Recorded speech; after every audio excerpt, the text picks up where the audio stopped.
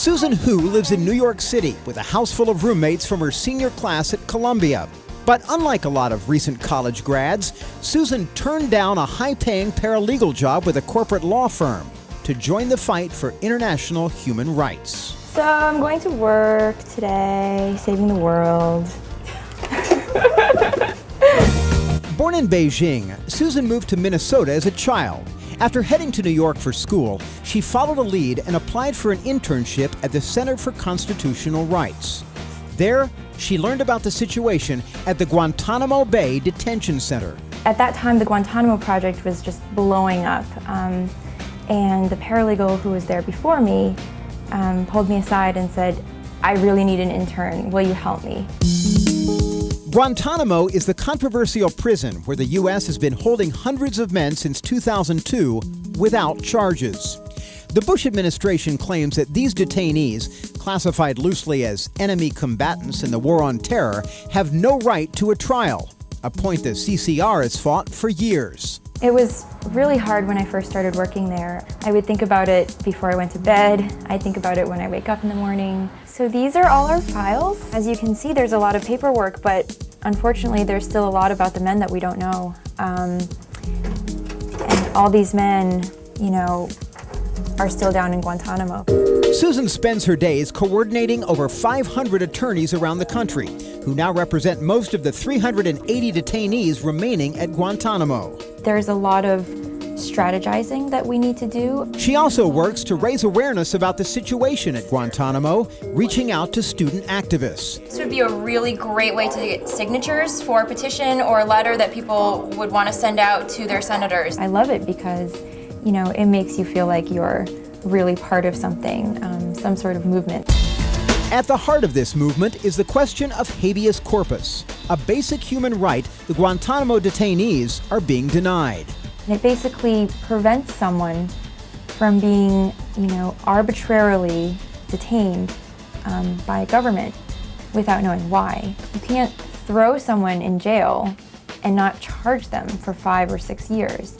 And that's the situation at Guantanamo. Guantanamo Bay was chosen as the location for the United States to detain men who were captured during the war on terror because it was thought to be a place where no laws applied. That is a legal black hole. These are men who have not been charged with crimes. In many cases are not really accused of having done anything. And yet they have absolutely no rights whatsoever. Heightening the controversy are the conditions at the center, which some believe meet the international community's definition of torture. These men spend 23 hours a day in total isolation in rooms that are essentially made of metal. I've met with detainees at the base who are floridly psychotic, who are talking to people who are not there. They were not like that when they came to Guantanamo. It's a result of their isolation and also frankly, their sense of hopelessness at this point. These guys have been there for more than 5 years and don't see any end in sight. Of the original 750 men who were taken to Guantanamo, only 10 have ever been charged with offenses, and none have been tried. Just 8% were fighters for Al-Qaeda, and officials have stated that less than 1 in 4 of the detainees have any information useful to the U.S. Take the Uyghurs, a group of Chinese Muslims who were fighting for religious tolerance in their country. A number were rounded up by bounty hunters in Pakistan and sold to the U.S. for $5,000 each.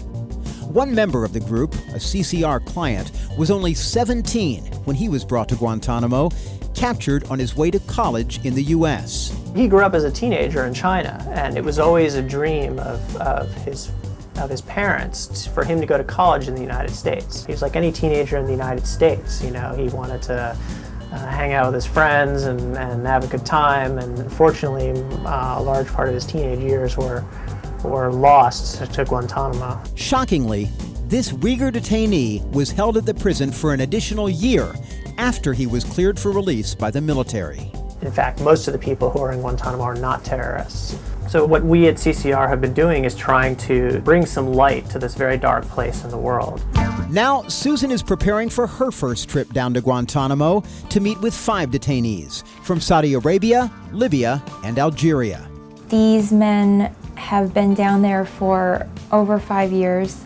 Many of them have not yet seen a civilian attorney, you can imagine how disturbing it must be to be down there for years and years and not be able to have one thread to the outside world.